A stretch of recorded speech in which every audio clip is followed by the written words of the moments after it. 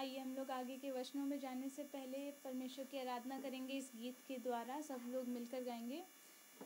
जिंदगी मेरी बदल गई, जिंदगी मेरी बदल गई, जब से मसीह को पाया है।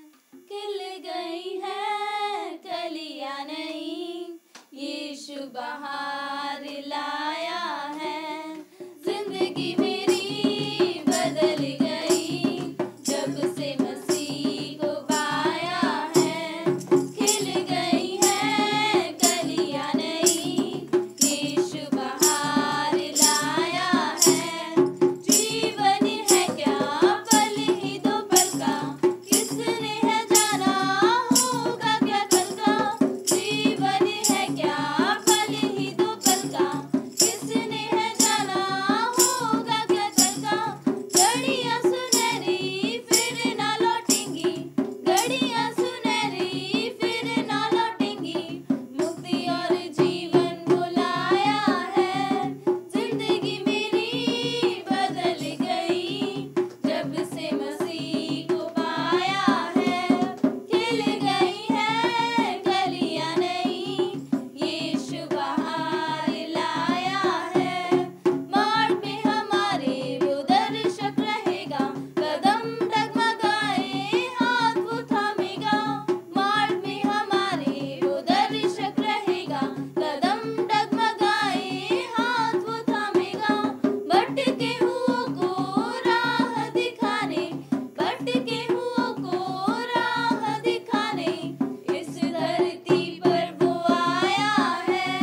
जिंदगी मेरी बदल गई, जब से मसीह को पाया है। खिल गई है कलियां नई, यीशु बहार लाया है। जीवन की रोटी और अमृत जल को कैसे भरपूरी से देता वो हमको। जीवन की रोटी और अमृत जल को कैसे भरपूरी से देता वो हमको। लहू बहा के पाप हमारा, लहू बहा के पाप हमारा, प्यारे प्रभु ने उठाया है। जिंदगी मेरी बदल गई, जब से मसीह को पाया है। खिल गई है कलियां नई, यीशु बहार लाया है। जिंदगी मेरी बदल गई, जब से मसीह को पाया है। खिल गई है कलियां नई, यीशु बहार लाया है। यीशु बहार लाया है, यीशु बहार लाया है।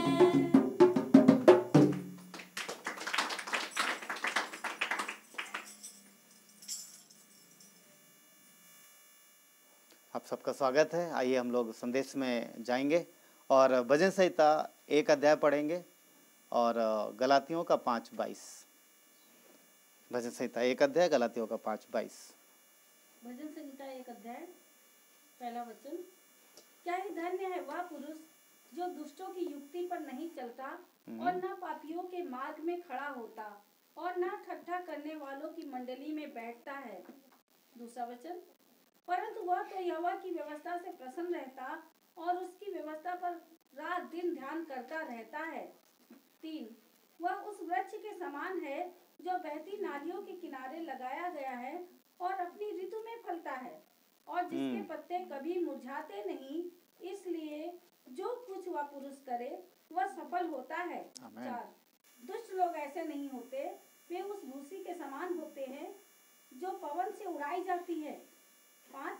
इस कारण दुष्ट लोग अदालत में स्थिर न रह सकेंगे और न पापी धर्मियों की मंडली में ठहरेंगे। 6। क्योंकि यहोवा धर्मियों का मार्ग जानता है, परंतु दुष्टों का मार्ग नष्ट हो जाएगा। Thank you. बच्चा गलातियों का 5:22। गलातियों का 5:22। पर आत्मा का फल प्रेम, आनंद, शांति, धीरज, कृपा, भलाई, विश्वास। Thank you. आइए प्रार्थना करते वचन के लिए। परमेश्वर पिता, धन्यवाद देते प्रभु, आपकी महिमा हो इन वचनों के द्वारा प्रभु यीशु, हम अपने कानों को आपकी ओर लगाते हैं पिता, अपने हृदय को आपकी ओर लगाते हैं परमेश्वर, क्योंकि आप अपने बच्चों को अपना संदेश देते हो, आप उनसे बात करना चाहते हो पिता। प्रभु यीशु, इसीलिए आप धरती पर आए। परमेश्वर मनुष्य बन के आया ताकि वो अपने बच्चों से बात करे। आप परमेश्वर इंसान बन गए, आपने इंसान बनकर इंसानों से बातें की और आज आप अपने वचन के द्वारा बातें करते हो। प्रभु, आपकी उपस्थिति है हमारे बीच में। आज हम आपके वचन को सुनेंगे, आपकी इच्छा को जानेंगे और हम उत्साहित होंगे। हम आनंदित हैं कि आप हमारे साथ हो। हम आनंदित हैं कि हमारे पाप क्षमा हो गए। हम आनंदित हैं कि हम स्वर्ग के निवासी हैं और हम आनंदित हैं कि हम धरती पर स्वर्गीय जीवन जीते हैं। धन्यवाद प्रभु, ये सब आपकी ओर से हो पाया है। ये मनुष्य का कार्य नहीं है पिता, ये आपका कार्य है। थैंक यू, आपकी महिमा हो परमेश्वर, आप अगुवाई करो पिता। थैंक यू प्रभु यीशु, धन्यवाद देते हैं परमेश्वर। आप अपने बच्चों को जीवन में अपने फलों को देखना चाहते हो प्रभु। हम आपके वचन को अपने हृदय में ग्रहण करने के लिए तैयार हैं परमेश्वर। सारी चिंता, सारी परेशानी प्रभु हम आपको देते हैं और अपने हृदय से आपकी ओर प्रभु हम अपने कानों को लगाते हैं। थैंक यू परमेश्वर, धन्यवाद प्रभु यीशु के नाम से मांगते हैं, आमीन आमीन। भजन संहिता 1 और गलातियों का 5:22 हम लोगों ने पढ़ा। गलातियों के 5:22 में जो वचन हम लोगों ने पढ़ा है, वहाँ पर आत्मा के फलों के विषय में बात करता है। हाँ, आत्मा के फल, ये फल किसके हैं? परमेश्वर के फल हैं जो मनुष्य की आत्मा में देता है। और वो फल हैं प्रेम, आनंद, शांति, कृपा, धीरज, भलाई, विश्वास, संयम, नम्रता। ये 9 फल हैं परमेश्वर के, जो परमेश्वर अपने लोगों के जीवन में देता है। हाँ, देता है। और भजन संहिता 1 में हमने देखा, क्या देखा कि वहाँ पर एक पेड़ है। एक्चुअली भजन संहिता 1 का वचन 1 क्या कहता है?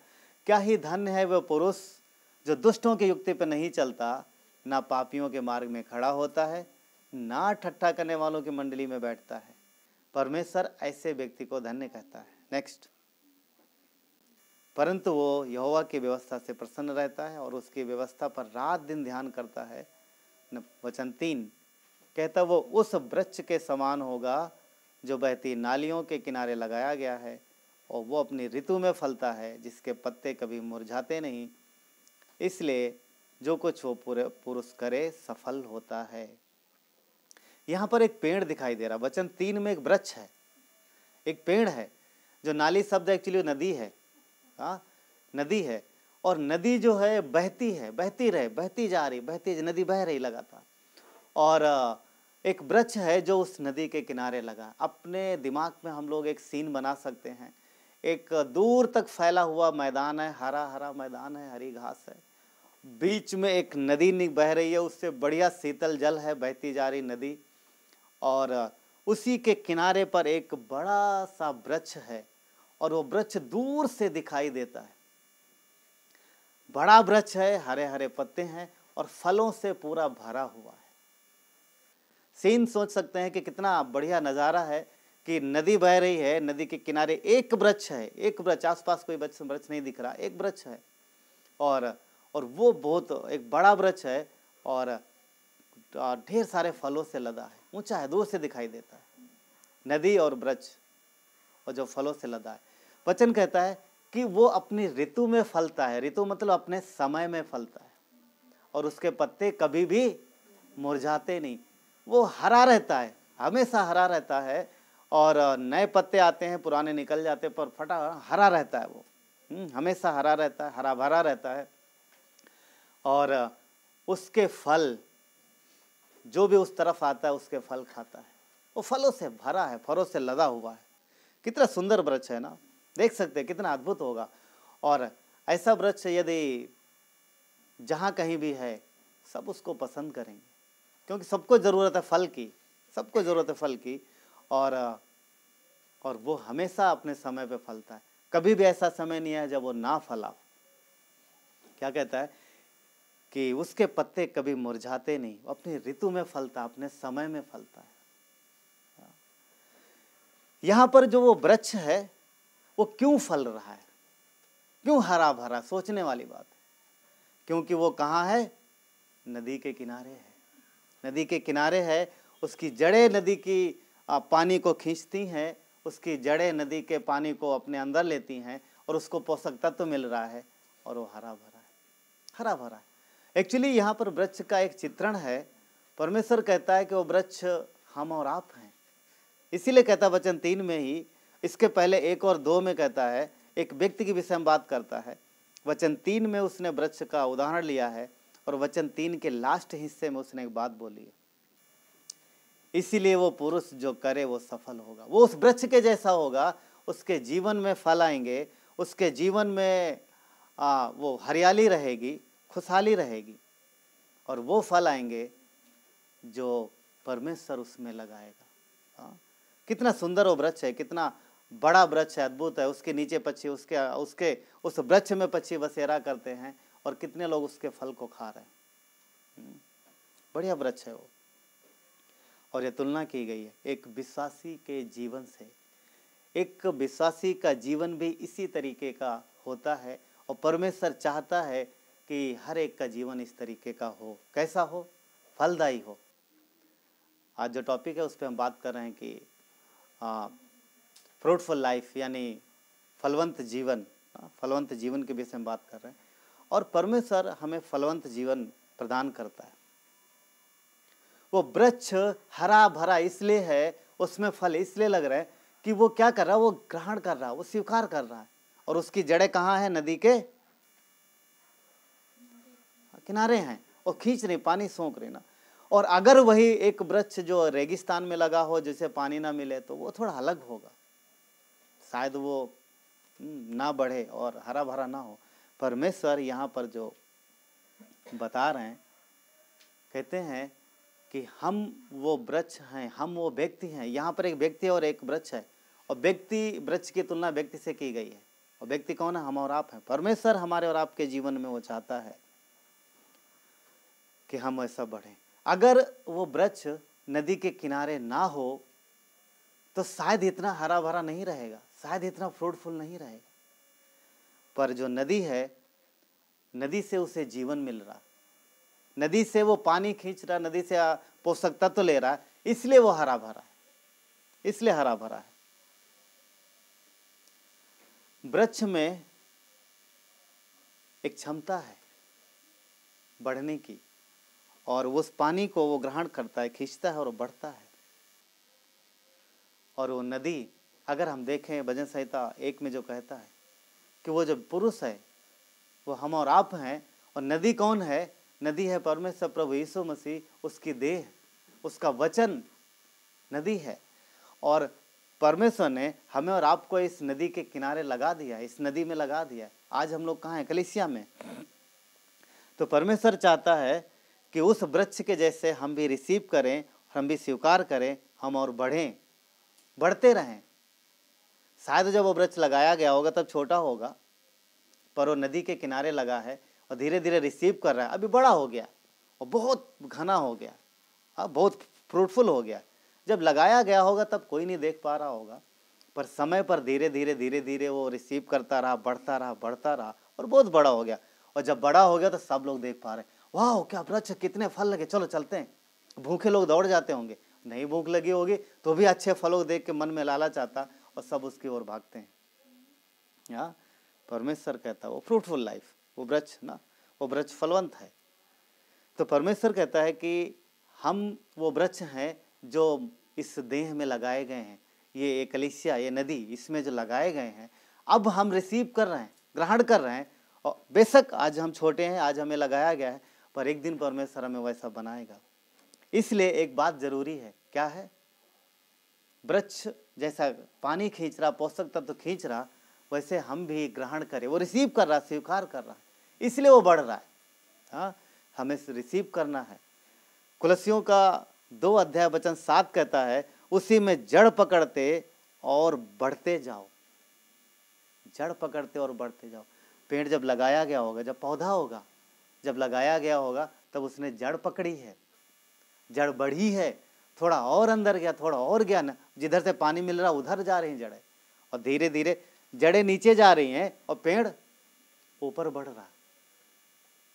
लोगों को जड़ें नहीं दिखाई देती, लोगों को पेड़ दिखाई देता है, पर पेड़ के अंदर जो बदलाव है, पेड़ जो हरा भरा है, वो उस जड़ की वजह से, जो जड़ वो नदी के किनारे लगी हुई है और पोषक तत्व को खींच रही है अंदर। हाँ? तो वचन कहता है कि उसी तरीके से जड़ पकड़ते और बढ़ते जाओ, क्योंकि परमेश्वर ने तुम्हें नदी के किनारे लगाया है, परमेश्वर ने तुम्हें अपनी देह में लगाया है, और वो नदी जो है वो हमेशा बहती रहती है। आजकल की नदियों की बात नहीं करो, कई बार सूख जाती, बारिश में बाढ़ आ जाती और गर्मी में बहुत थोड़ा पानी रहता, परंतु ये नदी जो है वो हमेशा बहती रहती है, हमेशा बहती रहती, कभी उसका पानी खत्म नहीं होता, ना ही कम होता है। एक्चुअली परमेश्वर का अनुग्रह है, परमेश्वर का वचन है जो हमेशा हमारे और आपके लिए अवेलेबल है। ये कभी नहीं कहता कि मुझे ग्रहण मत करो, कभी नहीं कहता कि नहीं बस आज इतना हो गया। क्या परमेश्वर कभी ऐसा कहता? नहीं। हम रिसीव करते हैं और हम बढ़ते हैं, और परमेश्वर की इच्छा है कि तुम रिसीव करो और बढ़ते जाओ। आगे कहता है कि जैसे तुम सिखाए गए हो वैसे ही विश्वास में दृढ़ होते जाओ और अधिकाधिक धन्यवाद करते जाओ। जैसा हम सिखाए गए हैं, जैसा हम प्रभु में जैसा प्रभु ने हमें अपनी देह में लगाया है, और उसने हमें वचन दिया है, उसने हमें बहुत सारी चीज़ें दी हैं सीखने के लिए, तो जैसा हम सिखाए जा रहे हैं वैसा हम बढ़ते जाएं परमेश्वर में। ये परमेश्वर की इच्छा है, ये परमेश्वर की मर्जी है। हाँ, परमेश्वर ने क्या किया, बोलते तुम अब आप इमेजिन करके देखो, एक परमेश्वर का देखना किस प्रकार का होता पता?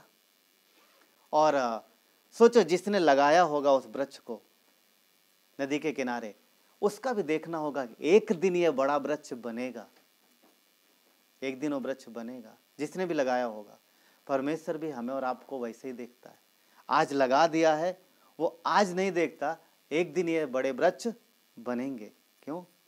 क्योंकि हम अच्छी जगह पे लगाए गए, हम अच्छी जगह पे लगाए। परमेश्वर की इच्छा है कि लोग जो हैं मजबूती से मसीह यीशु में जड़ पकड़ें, बढ़ते जाएं, ग्रहण करें, रिसीव करें।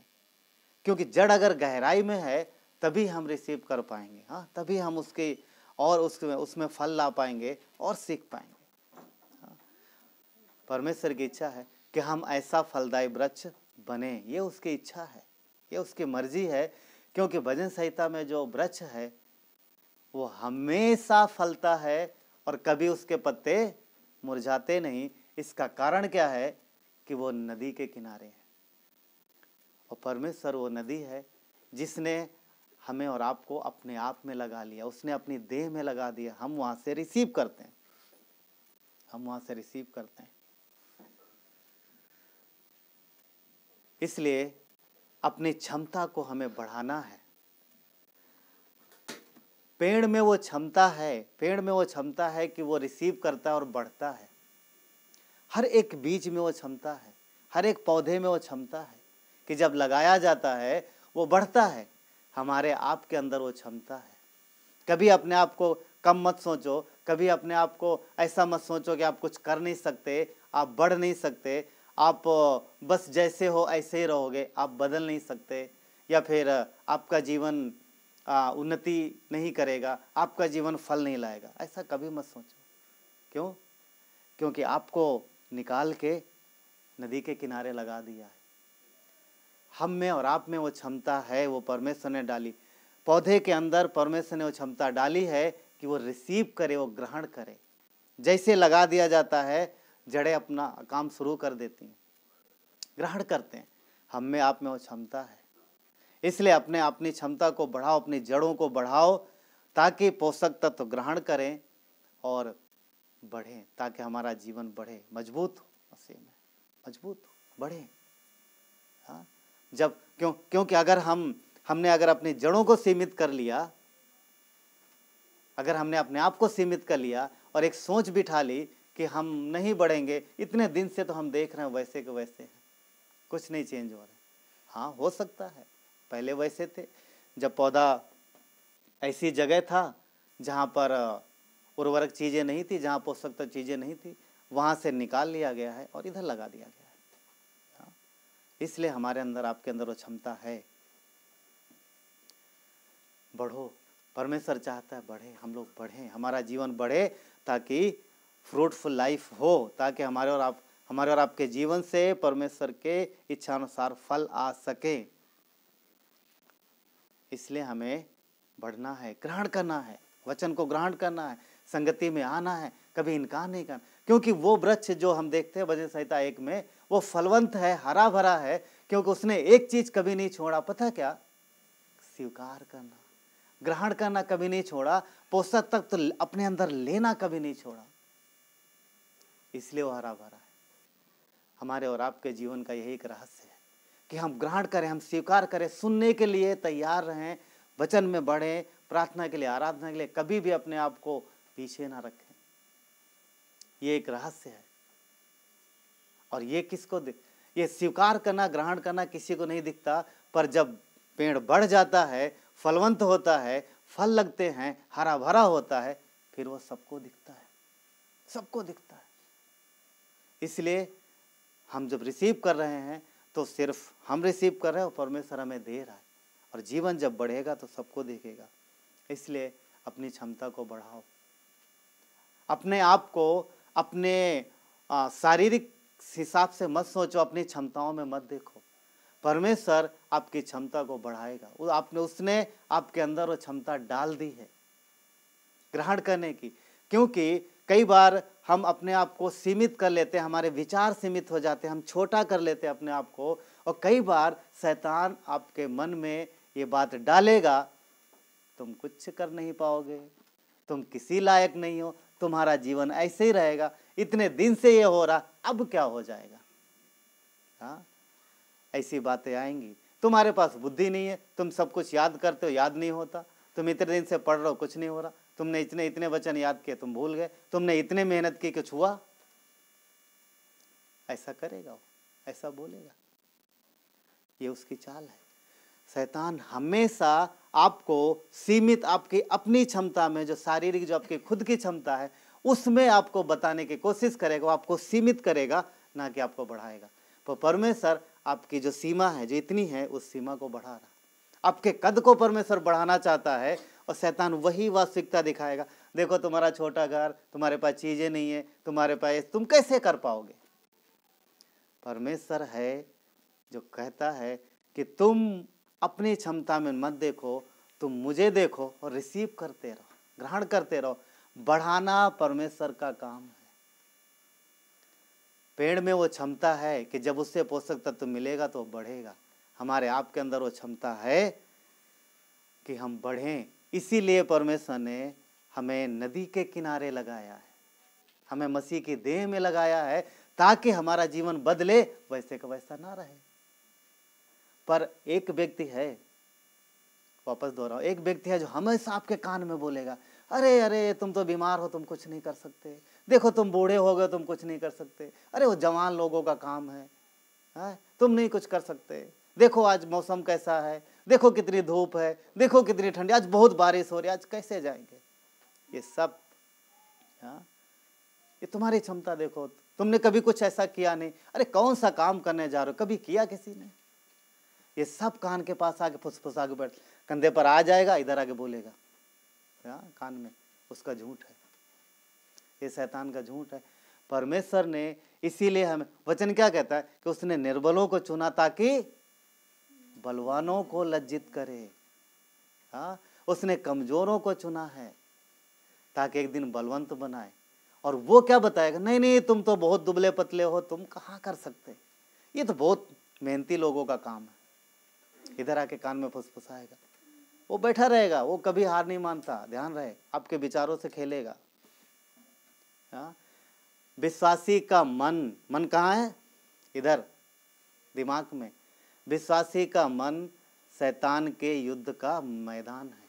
युद्ध में क्या होता है, लड़ाइयाँ, दो सेनाएं लड़ती हैं और एक हार जाती है और एक विजयी होती है। वो ये दिमाग विश्वासी का, हमारा आपका दिमाग शैतान की लड़ाई का मैदान है।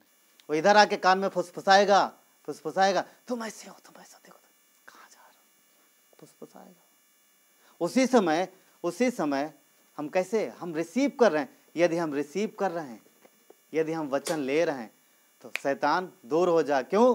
क्योंकि मैं विजयी हूँ, मैं बलवंत हूँ मसीह में। फिलिपियो 4:13 याद आएगा। हाँ, जो मुझे सामर्थ देता है, मैं उसमें सब कुछ कर सकता हूँ। हाँ, मेरी क्षमता कमज़ोर है, मैं कमज़ोर हूँ, मेरे पास बुद्धि कम है, मेरे पास साधन कम है, मेरे पास चीज़ें कम है, परंतु मेरी इन्हीं चीज़ों के द्वारा, मेरी इसी कम ताकत के द्वारा परमेश्वर हमें बढ़ाएगा। क्यों? क्योंकि मैं वचन को ग्रहण कर रहा हूँ, मैं रिसीव कर रहा हूँ, मैं समय देता हूँ परमेश्वर को, मैं प्रार्थना में समय बिता रहा हूँ, मैं वचन में समय बिता रहा हूँ, मैं वर्सेज याद कर रहा हूँ, मैं क्लासेज में भाग ले रहा हूँ, मैं रिसीव कर रहा हूँ, मैं ग्रहण कर रहा हूँ और मैं बढ़ रहा हूँ। और एक दिन दूर हट तो एक दिन देखेगा मुझे बढ़ते हुए। क्यों? क्योंकि हम मसीह में विजयी हैं, हम जयवंत, हम सामर्थी हैं। वचन को ग्रहण करना है, रिसीव करना है, परमेश्वर बढ़ाता है, फिर हम वो बढ़ते हुए वृक्ष बनते हैं। हाँ, ये परमेश्वर की मर्जी है। लूका 13 में चलेंगे कुछ समय के लिए। यहाँ पर भी एक वृक्ष है, यहाँ पर भी एक वृक्ष है। सुनो, लूका 13 में 6 से 9 में, 6 में इस प्रकार लिखा है, फिर उसने ये दृष्टांत कहा, किसी की अंगूर की बारी में एक अंजीर का पेड़ लगा हुआ था। यहाँ पर भी एक पेड़ है, अंजीर का पेड़ है। बोलता किसी की बारी में एक अंजीर का पेड़ लगा हुआ था, वो उसमें फल ढूंढने आया।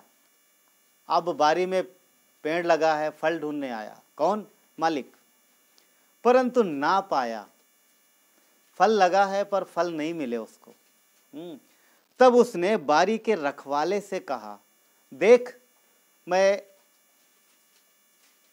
मैं 3 वर्ष से इस अंजीर के पेड़ में फल ढूंढने आता हूं, परंतु नहीं पाता।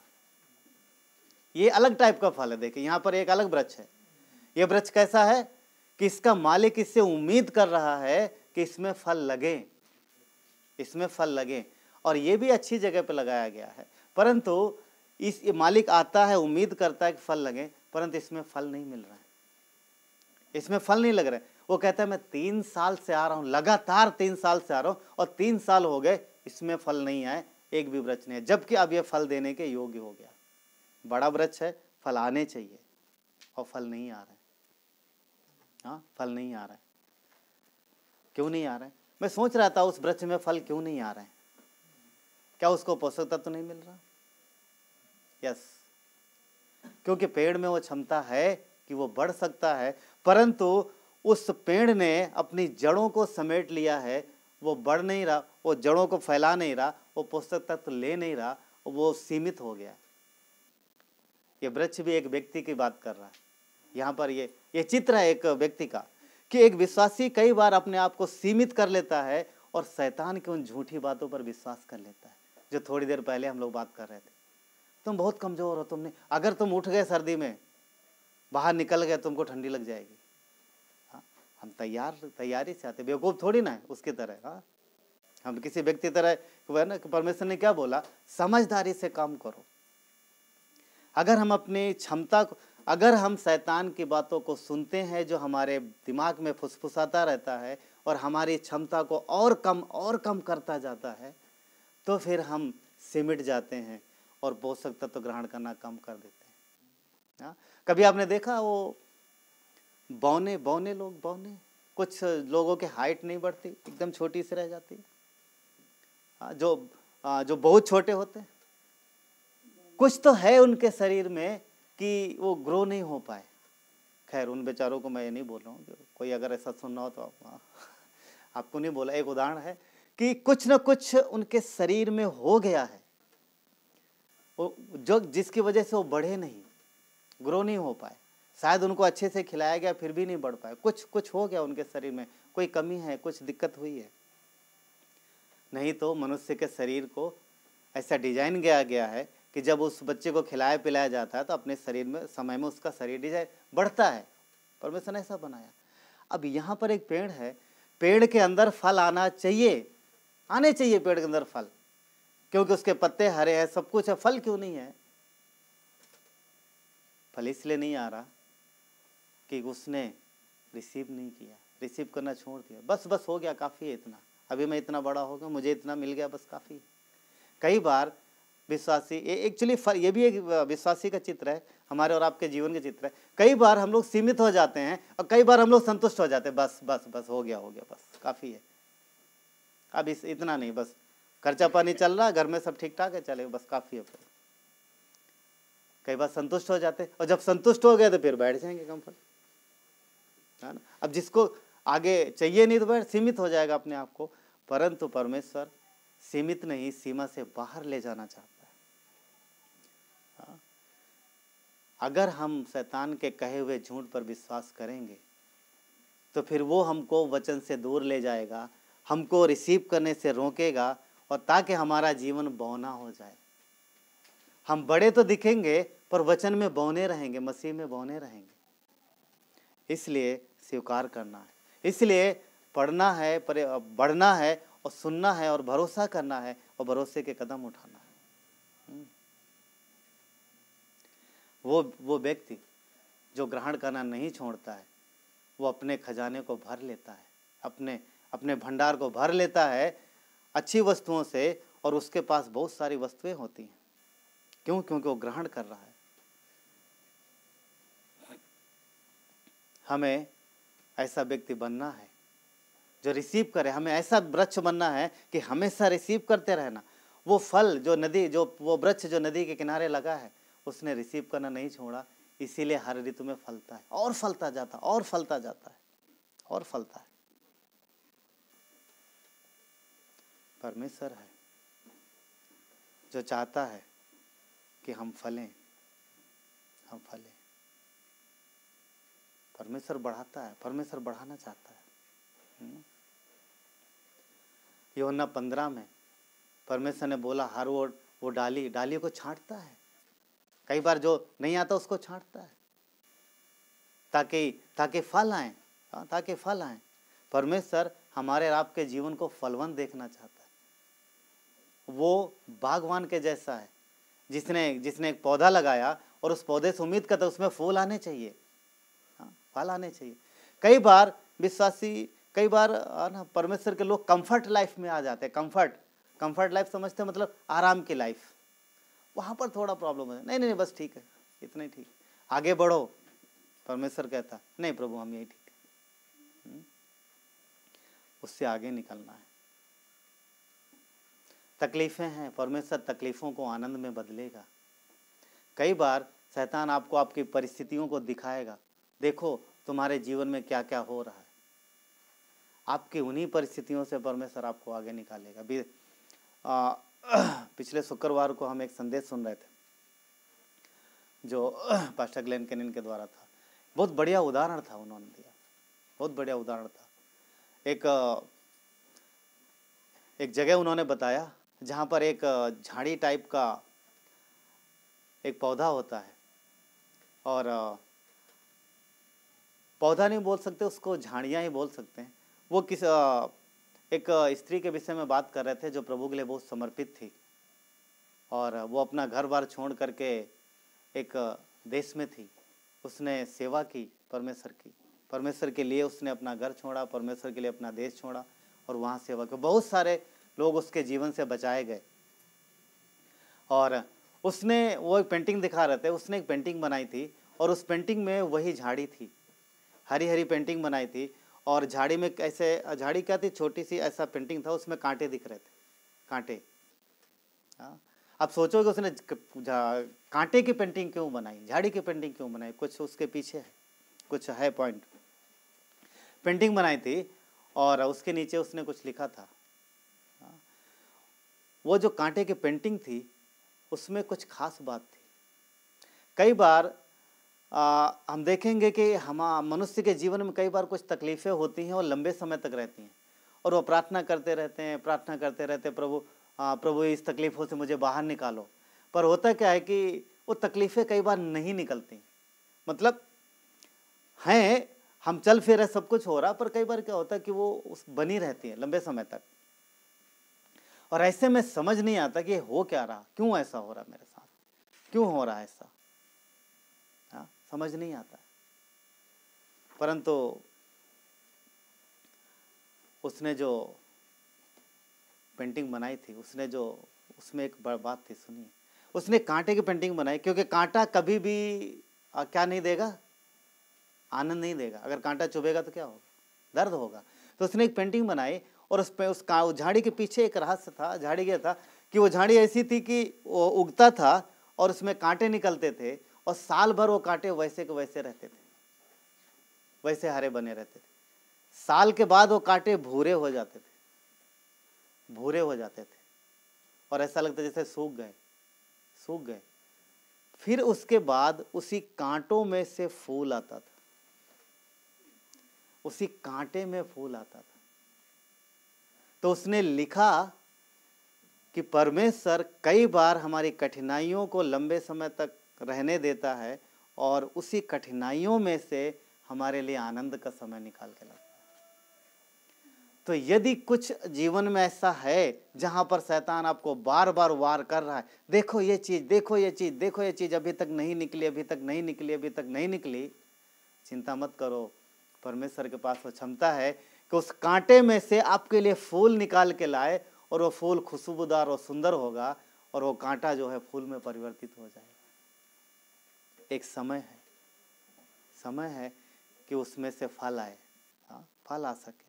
इसलिए हमें शैतान की बात को नहीं सुनना है, जो हमारे कंधे पे बैठ के फुसफुसाता रहता है। हाँ, हमारी हर कमजोरी में देखा देखा देखा, इतने दिन से प्रार्थना करो, कुछ हुआ क्या? कुछ हुआ क्या? शांत रहना, समर्पित रहना कि परमेश्वर, एक समय आएगा परमेश्वर फल लेके आता है, फल लेके आता है। गलातिया 5:2 में हम लोगों ने क्या देखा? पवित्र आत्मा के फल हैं प्रेम, आनंद, शांति, धीरज, कृपा, भलाई, नम्रता, संयम, विश्वास। ये फल हैं, ये फल हैं।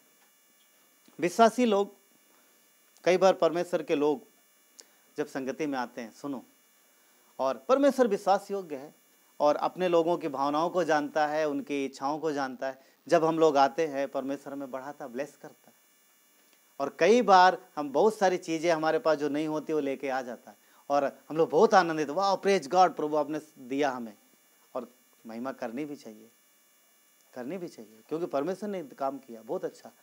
पर ध्यान रहे, परमेश्वर ने आपके जीवन में अद्भुत और चमत्कारी काम इसलिए किए हैं ताकि आप उसको जानो कि वो है आपके साथ, वो है आपके जीवन में। उसने आपको उद्धार दिया है, उसने आपको अनंत जीवन दिया है, उसने आपको बढ़ाया है और वो आपका उद्धार करता है, वो जानो। पर जो एक्चुअल में फल हैं वो आशीष है जो परमेश्वर हमें दे रहा, परंतु वो आशीष जो हमें एक्चुअल में रियल मायने में देना चाहता है वो है आत्मा के फल। वो हमारे बाहरी जीवन में हमें आशीष देता है, जिनको हम लोग देखते हैं और आनंदित होते, परमेश्वर की महिमा करते हैं। परंतु वो परमेश्वर इस बात में प्रसन्न होता है कि उसके बच्चों के अंदर फल लगे। बाहरी फल जो हम लोग देखते हैं जीवन में वो तो हैं ही, हम उनको देख के प्रसन्न होते हैं, परंतु परमेश्वर हमारे अंदर के फलों को देख के प्रसन्न होता है, जो आत्मा के फल हैं, जो हमारे और आपके अंदर लगते हैं। बाहरी फल जिससे हम लोग कोशिश आनंदित होते हैं, परमेश्वर उन फलों से आनंदित होता है जो उसने हमारे अंदर लगा, वो हमारे अंदर लगाना चाहता है।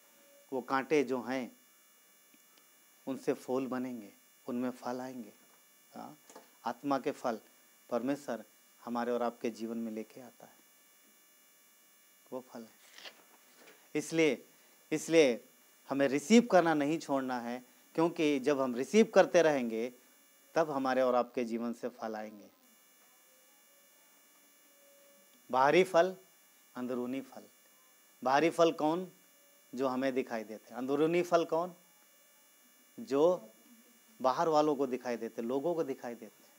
आपके पास क्या क्या है आपके पड़ोसी देखेंगे, आपके रिश्तेदार देखेंगे, बाकी लोग देखेंगे जो आपके घर में है, पर जो आपके अंदर है वो भी वो देखेंगे, समझ रहे? और परमेश्वर भी उसे देखता है। तो बाहरी फलों से ज्यादा इंपॉर्टेंट है अंदरूनी फल। आप सोच सकते हो एक बात, आज आज के जीवन में इंसान को धन की बहुत आवश्यकता है और उसको लगता है धन के बिना कुछ नहीं हो पाएगा। खैर, काफ़ी हद तक ये देख रहे संसार में जो चीज़ें हैं काफ़ी हद तक ज़रूरी हैं हमारे शारीरिक जीवन के लिए, शरीर के लिए आवश्यक है। परंतु आप सोच सकते हो क्या सब कुछ होने के बाद, बहुत धन होने के बाद भी व्यक्ति दुखी हो सकता है? उसके कोई बीमारी नहीं है, उसके पास किसी चीज़ की कमी नहीं है, फिर भी वो दुखी है? क्या ऐसा हो सकता है? ऐसा हो सकता है। सबोपदेशक में सुलेमान लिखता है कि उसके पास सब कुछ है, बहुत धन है, सब कुछ है, पर वो बोलता है व्यर्थ है सब। उससे सुकून नहीं है, उसके पास शांति नहीं है, उसके पास आनंद नहीं है, उसके पास परमेश्वर का प्रेम नहीं समझ पा रहा हो। क्यों? सुलेमान परमेश्वर का व्यक्ति है, बहुत अच्छा उसने बुक लिखी है, परंतु पॉइंट ये है कि उसने हर वो चीज करके देख लिया कि सुख और आनंद कहाँ से मिलता है, और अंत में वो लिखता है सुख और आनंद परमेश्वर के पास है, धीरज उसके पास है, शांति उसके पास है, दया उसके, सब कुछ उसके पास। जो मनुष्य को चाहिए वो परमेश्वर के पास है। धन दौलत पर वो जरूरी है, परंतु एक दुनिया का अमीर आदमी भी, सबसे अमीर आदमी इस समय कौन है? बिल गेट्स, दुनिया का सबसे अमीर आदमी। मुझे नहीं मालूम, हो सकता उसका जीवन कैसा है, परमेश्वर जाने, पर एक उदाहरण ले रहे हैं कि दुनिया का सबसे अमीर व्यक्ति भी अशांत हो सकता है, सबसे अमीर व्यक्ति भी बेचैन हो सकता है। हाँ, मैं उनकी बात नहीं कर रहा हूँ, मैं नहीं जानता उनका लाइफ कैसा है, परंतु मैं एक उदाहरण बता रहा हूँ कि यदि हमारे पास सब कुछ है, किसी चीज़ की कमी नहीं है, तब भी बेचैनी हो सकती है। मनुष्य को जरूरी है परमेश्वर और परमेश्वर की शांति और उसके आत्मा के फल। बाहरी वस्तुएं जो हैं हमारे पास वो आनंद देगी, परंतु बाहरी वस्तुओं से, बाहरी फलों से ज़्यादा अंदरूनी फल जो परमेश्वर हमारे आपके आत्मा में देखना चाहता है वो हमें ज़्यादा चैन और आनंद देंगे। इसीलिए परमेश्वर ने हमें और आपको निकाल के लगाया है, जंगल से उठा करके उसने अपनी देह में लगाया है, ताकि हम रिसीव करें, हम स्वीकार करें, हम जड़ पकड़ें और बढ़ें। हाँ, इफिसियों का 3:13 क्या कहता है? अब जो मसीह यीशु में तुम दूर थे, उसके लहू के द्वारा निकट हो गए हो। कुलैसियों का 1:13 कहता है कि उसी ने हमें अंधकार के बस से छुड़ाकर अपने प्रिय पुत्र के राज्य में प्रवेश कराया। जो हम दूर थे आज हम निकट हैं।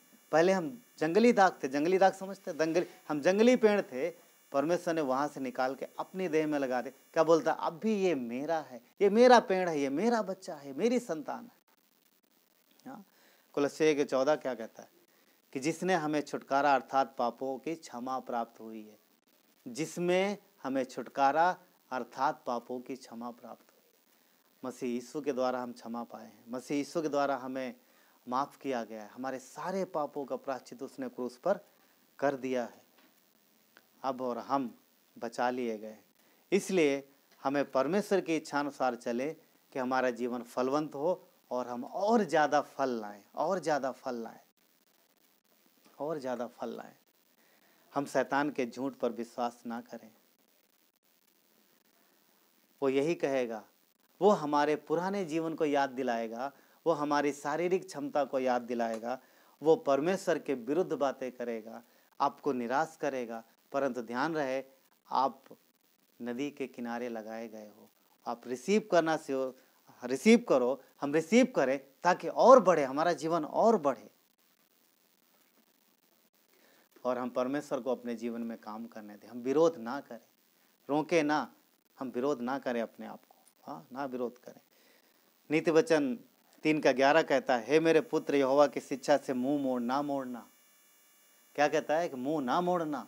जब तुझे जैसे भी तुझे सिखाता है तो सीखना, रिसीव करना, ग्रहण करना, ग्रहण करते रहना, स्वीकार करते रहना, लेना मत बंद करना, मत कहना बस हो गया अब हमको नहीं चाहिए। रुकना नहीं, कहीं पर रुकना नहीं, क्योंकि परमेश्वर आपको वो वृक्ष बनाना चाहता है जो दूर से दिखाई दे और फलों से लदा हो, हाँ, और जिसके फल बहुत खाएं, बहुत लोग खा नहीं पाए। जब वो तुझे डांटे तब बुरा ना मानना, रूठ के मत बैठ जाना बच्चों तो, नहीं तुमने मुझे क्यों मारा, मम्मी पापा जैसा बच्चे कैसे करते ना, रोडना नहीं। छोटे बच्चों को जब कुछ करो तो कैसा ना, पर कुछ मारो तो थोड़ा रूठ जाते हैं। परंतु एक चीज़ और भी, उनका हृदय बहुत अच्छा होता है, थोड़ी देर बाद फिर उसी मम्मी के गले से चिपक जाएंगे। मुंह मत मोड़ना, परमेश्वर डांटता भी है, परमेश्वर सिखाता है, वो चाहता है कि हम बढ़ें, वो चाहता है कि हम बढ़ें। इसलिए जब कभी वो अनुशासित करे तो हमें उसे स्वीकार करना है वो, क्योंकि नहीं तो हम उस वृक्ष के जैसे हो जाएंगे जो लगाया है पर उम्मीद कर रहा परमेश्वर फल आए और फल नहीं आ रहा। बोलता 3 साल से मैं निरंतर आ रहा हूँ, इसमें फल नहीं लग रहा है, परमेश्वर चाहता है कि हम फलवंत हों। उसने बोला इसे काट दे, मालिक ने बोला इसे काट दे। बागवान जो देख रेख कर रहा था उसने पता क्या बोला, 1 साल और रहने दे, मैं इसको खोदूंगा, मैं इसको सींचूंगा, मैं इसमें पानी लगाऊंगा, थोड़ा समय और दे दे, अभी मत काट। पता कई बार फरिश्ते परमेश्वर को बोलते हैं ये तेरे लोग हैं, देख इनका जीवन कैसा है, देख इनका जीवन कैसा है, तो कैसा है इनका जीवन, तेरे लोग हैं, देख क्या कर रहे हैं, वो देख उधर क्या कर रहा है, वो देख उधर क्या कर रहा है। अरे देख ना, तेरे लोग 11 बजे तो सो के उठते हैं, तुझे तेरे से पास आना चाहिए ना। यीशु क्या बोलता है, मेरे लोग, मैं इन्हें अनुग्रह दे रहा हूँ, मैं थोड़ा इंतजार कर रहा हूँ, और समय दे रहा हूँ, और समय दे रहा हूँ। परमेश्वर धीरज रखता है, इंतजार करता है, हाँ इंतजार करता है। भगवान क्या कहता है लूका 13 में कि थोड़ा और 1 साल और दे दे, 1 साल और दे, मैं इसमें मेहनत करूँगा। भगवान मेहनत करता है ताकि वृक्ष में फल आए, वृक्ष में फल आए। परमेश्वर उम्मीद रखते हैं हमसे और आपसे कि हम बढ़े,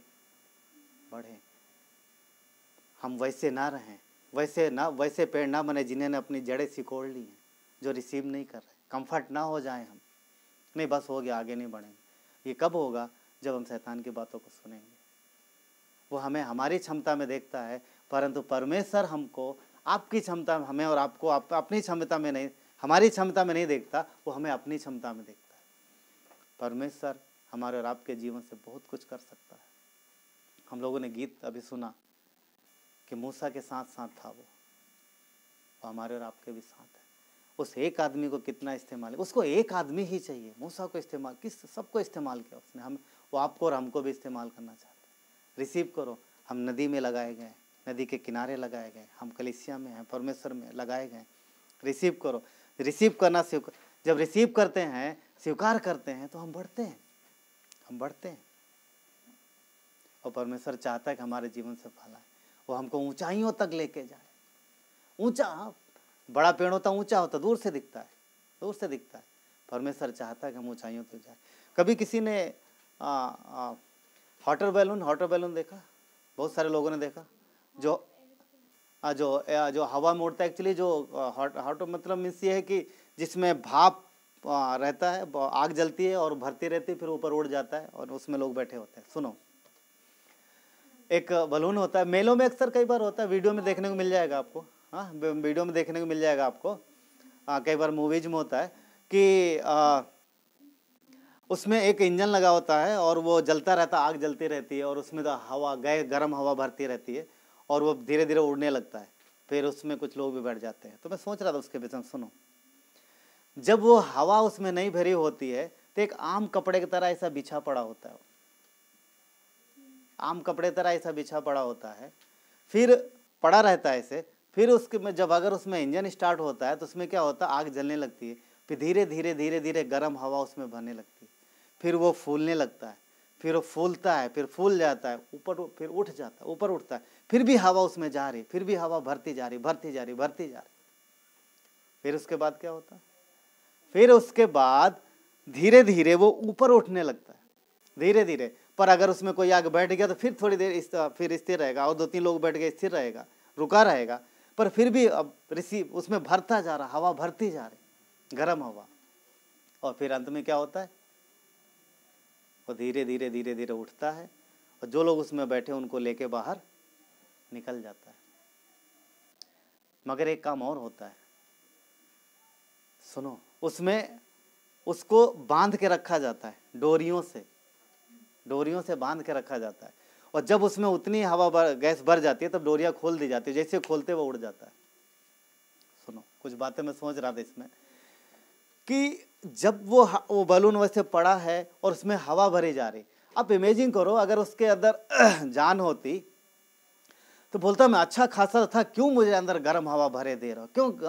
भाई वो गर्मी लग रही और गर्मी ले, और फिर गरम गरम हवा जा रही, और उसके बाद फूलने लगा। अभी तक पूरा मस्त बिछा हुआ पड़ा है, अभी फूल रहा। अबे ये क्या हो रहा है, ये कैसा हो, ये क्या हो रहा?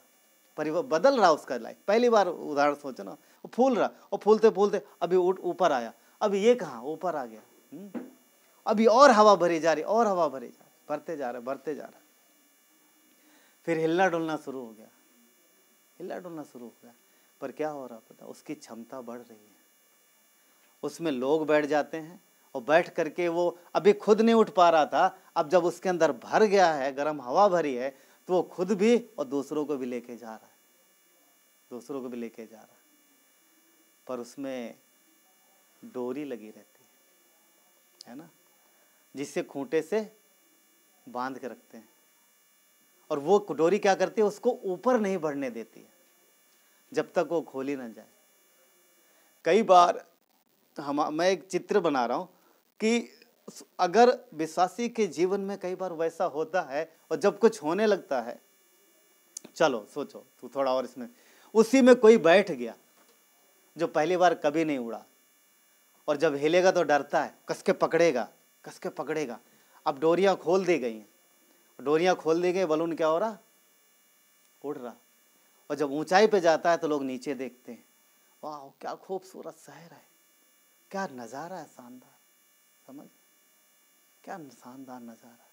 क्योंकि अब ऊंचाई में है, वो बलून ऊंचाई में है, क्योंकि उसके अंदर हवा भरती जा रही, हवा भरती जा रही, और जो उसमें है, जो उसमें बैठे वो भी जा रहे हैं। पॉइंट क्या है मेरा, उसके अंदर कभी भी हवा भरना बंद नहीं होता है, और जब उसको नीचे उतारना होता है तो क्या कहते हैं, इंजन स्लो करते हैं या फिर बंद करते हैं। हाँ, खैर एक उदाहरण है वो, परंतु उसके अंदर एक चीज जो मुख्य है कि उसके अंदर भरते रहते हैं।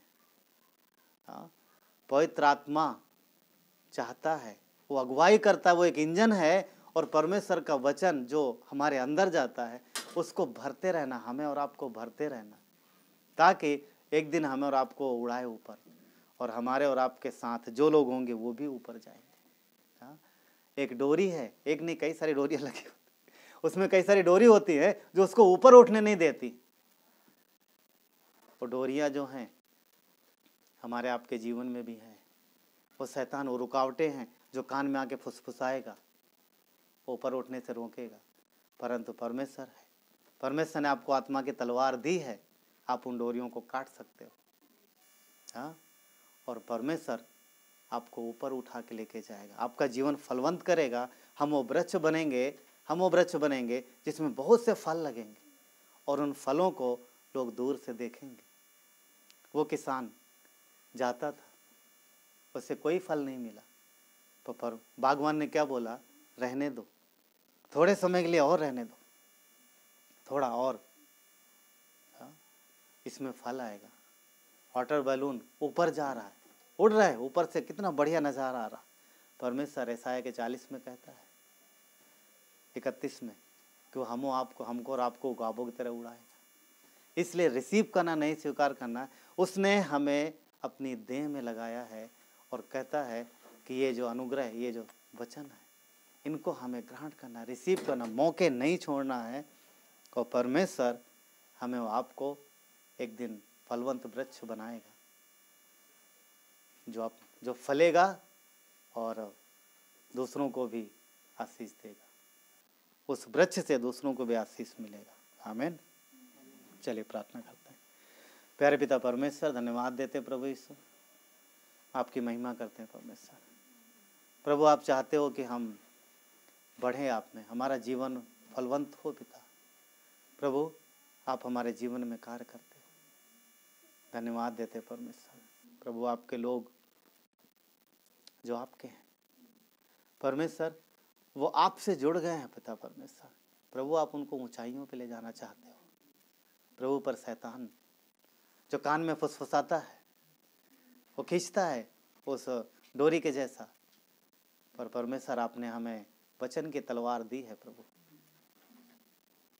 हमारे पास है ये तलवार, जिससे हम उस डोरी को काट सकते हैं, उसके सारे बंधनों को प्रभु, जो उसके सारे बातों को हम खंडित कर सकते हैं प्रभु। धन्यवाद देते हैं पिता। प्रभु, आप अपने लोगों को बढ़ाओ परमेश्वर। आपकी इच्छा है प्रभु, हम जड़ पकड़े परमेश्वर। प्रभु पिता, हम धन्यवाद देते हैं कि आपने हमें उस जंगल से निकाल लिया। हम जंगली दाग थे, पर पिता आपने हमें अपनी देह में लगा दिया। हम आपके लोग कहलाते हैं। अब हम जंगली नहीं रहे, अब हम आपके हैं।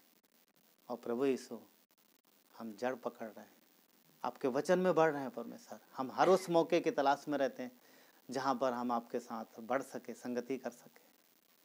थैंक यू, धन्यवाद देते हैं। हमारा जीवन फलवंत हो रहा है प्रभु, हम विश्वास करते हैं। हम शैतान की बात पे विश्वास नहीं करते जो वो कह रहा है, हम आपके वचन पे विश्वास करते हैं। आपने कहा तुम फलवंत हो गए। धन्यवाद देते हैं। सारी आशीषें हमारे लिए हैं। थैंक यू परमेश्वर, आपकी महिमा करते हैं पिता। थैंक यू, धन्यवाद देते हैं। सबको आप जानते हो प्रभु, हर एक के प्रभु यीशु जो भी इस संदेश को सुन रहे हैं पिता, हम प्रार्थना करते हैं परमेश्वर, आप आपके लोगों को बढ़ाओ पिता, और मजबूत करो परमेश्वर। हम और बढ़ें परमेश्वर। हम विश्वास से देख पाते प्रभु कि आप यहाँ पर अद्भुत रीत से काम करने वाले हो प्रभु। हम बढ़ रहे हैं परमेश्वर, हम जड़ पकड़ रहे हैं पिता, और प्रभु हम वो फलवंत वृक्ष बन रहे हैं प्रभु। धन्यवाद देते हैं परमेश्वर, आपकी महिमा करते हैं।